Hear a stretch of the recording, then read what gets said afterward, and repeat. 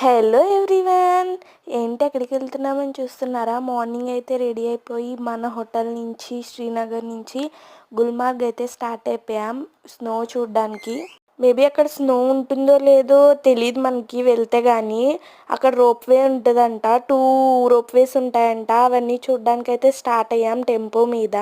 ఇంకా వెళ్ళే దారి మధ్యలో చాలా గడ్డి చామంతులు అంటారు కదా, అవి చిన్న చిన్న ఫ్లవర్స్ అయితే చాలా బాగున్నాయి.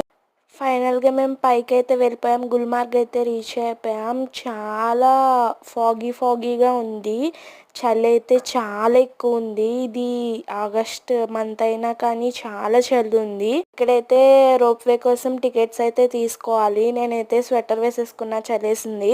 బట్ రోప్ వే అయితే ఎక్కేసాం, కానీ మాకు స్నో అయితే లేదు సరికదా, ఫుల్ వర్షం అనమాట, అసలు ఏం కనిపించలేదు. ఒక రైన్ కోట్స్ అయితే తీసుకున్నాం, మేమంతా మొత్తం తడిచిపోయాం వర్షం